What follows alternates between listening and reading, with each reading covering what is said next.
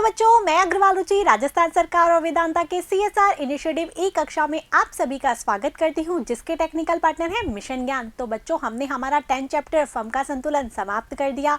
अब हम बढ़ते हैं इसके क्वेश्चन आंसर की तरफ। आशा है कि आपने सारा लेसन अपनी कॉपी में नोट कर लिया होगा, उसको अच्छे से रिविजन कर लिया होगा, तभी तो आप क्वेश्चन आंसर सॉल्व कर पाएंगे। तो शुरू करें हम हमारे वस्तुनिष्ठ और अतिलघुत्रात्मक प्रश्न। तो सबसे पहले हम देखते हैं वस्तुनिष्ठ प्रश्न, जिसमें पहला प्रश्न क्या है। जब फर्म का कुल आगम कुल लागत से अधिक होता है, अर्थात आय तो ज्यादा होती है और लागत कम होती है, तो फर्म को क्या प्राप्त हो रहा है? ऑब्वियसली लाभ ही तो प्राप्त होगा, क्योंकि कुल आगम क्या है? ज्यादा है और कुल लागत कम है। तो क्या आएगा यहाँ पर? असामान्य लाभ। सेकंड क्वेश्चन देखें। तो बच्चों, सेकंड क्वेश्चन क्या है? समस्थिति बिंदु कहाँ होता है? हमने कितनी बार डिस्कस किया था कि जहां पर कुल आगम और कुल लागत दोनों बराबर हो जाते हैं तो फर्म को ना तो लाभ होता है और ना हानि होती है, उसी को हम समस्थिति बिंदु या ब्रेक इवन पॉइंट कहते हैं। तो क्या आंसर आएगा इसमें? जहां पर TR बराबर क्या हो? TC हो, वही क्या है? समस्थिति बिंदु। तीसरा क्वेश्चन देखें। फर्म को हानि होती है जब, फर्म को हानि कब होती है? तो यहाँ पर ऑप्शन देख लेते हैं। MR बराबर MC हो, यहाँ तो फर्म का संतुलन होता है। TR क्या हो? अधिक हो TC से, तो यहाँ भी फर्म को लाभ हो रहा होता है। TC अधिक हो TR से, तो यहाँ पर फर्म को क्या हो रही होती है? हानि, क्योंकि लागतें क्या है? ज्यादा है आगम से। तो क्या आंसर आएगा इसमें? C।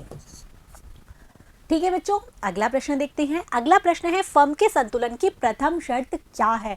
जब हमने सीमांत आगम और सीमांत लागत विधि पढ़ी थी तो हमने काफी बार रिवाइज किया था कि जहां MR बराबर क्या हो? MC हो। याद आ रहा है ना? तो पहली शर्त क्या आएगी? MR बराबर MC। अगला प्रश्न देखते हैं। अगला प्रश्न क्या है? फर्म उत्पादन मात्रा निर्धारित करती है जहां, हमको फर्म के संतुलन की दोनों शर्तें याद होनी चाहिए। MR बराबर MC और MC वक्र MR वक्र को नीचे से काटे। तो आपको आपका आंसर दिख रहा होगा। क्या आंसर आएगा इसमें? M। तो बच्चों, ये थे वस्तुनिष्ठ प्रश्न। अब बढ़ते हैं हम अतिलघुत्रात्मक प्रश्नों के साथ। तो अतिलघुत्रात्मक प्रश्न देखें, जिसका पहला प्रश्न क्या है आपके सामने? फर्म के संतुलन से क्या तात्पर्य है? जब मैंने आपको पढ़ाया था तब भी मैंने आपको कहा था कि इसको अच्छे से याद कर लेना, 1 लाइन क्वेश्चन में पूछा जा सकता है। तो फर्म अपना संतुलन वहां करती है जहां वह उत्पादन को ना तो बढ़ाती है और ना ही घटाती है। तो यही आंसर है। फर्म के संतुलन स्थिति में होता है जब वह वस्तु की उत्पादन मात्रा को ना बढ़ाती है और ना ही घटाती है। दूसरा क्वेश्चन देखते हैं। जिस बिंदु पर TR बराबर TC होता है उसे क्या कहते हैं? अभी हमने बताया था ना, TR बराबर TC अर्थात समस्थिति बिंदु, ब्रेक इवन पॉइंट। यही यहाँ पर लिखा हुआ है और यही आपको इसका आंसर है। आपको ये रट लेना है, TR बराबर TC समस्थिति बिंदु। ठीक है, जहां पर कुल आगम और कुल लागत दोनों बराबर हो गई, ना लाभ ना हानि। ठीक है, अगला प्रश्न देखें। अगला प्रश्न है, सीमांत आगम का अर्थ क्या होता है? तो सीमांत आगम का मैंने बताया था, एक अतिरिक्त इकाई के विक्रय करने से कुल आगम में होने वाला परिवर्तन क्या कहलाता है? सीमांत आगम। MR बराबर डेल्टा TR बटे में डेल्टा Q। हमने काफी बार रिवाइज कर लिया कि जहां सीमांत का अर्थ आता है वहां पर आपको एक अतिरिक्त लगा देना है और फिर आपको मैच कर लेना है कि हमें किस में परिवर्तन करना है। तो यहाँ पर भी है कि सीमांत आगम का अर्थ एक फर्म को एक अतिरिक्त इकाई के विक्रय होने से अतिरिक्त आय जो प्राप्त होती है।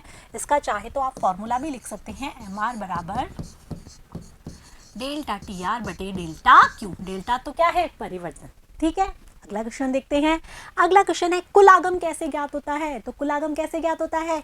कीमत को और जो उत्पादन मात्रा है उसको, बेची गई जो मात्रा है उसको हम क्या कर देते हैं? गुणा कर देते हैं, P इंटू Q। तो वो क्या होता है? हमारा कुल आगम। तो यहाँ पर यही है, फर्म द्वारा कुल बेची गई इकाइयों को कीमत से गुणा कर देते हैं तो उसे हम क्या कहते हैं? कुल आगम। सूत्र लिख दीजिए आप इसका, चाहे यहाँ TR बराबर P इंटू Q। कीमत को जो बेची गई मात्रा से गुणा करने पर कुल आगम ज्ञात किया जा सकता है। अगला प्रश्न देखें। अगला प्रश्न है, जब MR बराबर MC होता है तो फर्म की कौन सी अवस्था होती है? तो हमने पढ़ा था कि जहां MR अधिक होता है किससे? MC से, तो वहां फर्म को लाभ हो रहे होते हैं। लेकिन जहां MR बराबर MC हो जाता है वहां फर्म की आदर्श उत्पादन अवस्था होती है और यही आपको इसका आंसर लिखना है। तो बच्चों, ये थे अतिलघुत्रात्मक और वस्तुनिष्ठ प्रश्न। अब आगे मिलेंगे हम किसके साथ? लघुत्रात्मक और निबंधात्मक प्रश्नों के साथ। तब तक आपको क्या करना है? जो पूरा लेसन वो अच्छे से रिवाइज कर लेना है। आपको पता होना चाहिए कौन से क्वेश्चन में हमें किसका आंसर लिखना है। ठीक है बच्चों, तब तक के लिए मेरे साथ बने रहिए, पढ़ते रहिए, पढ़ते रहिए। Thank you.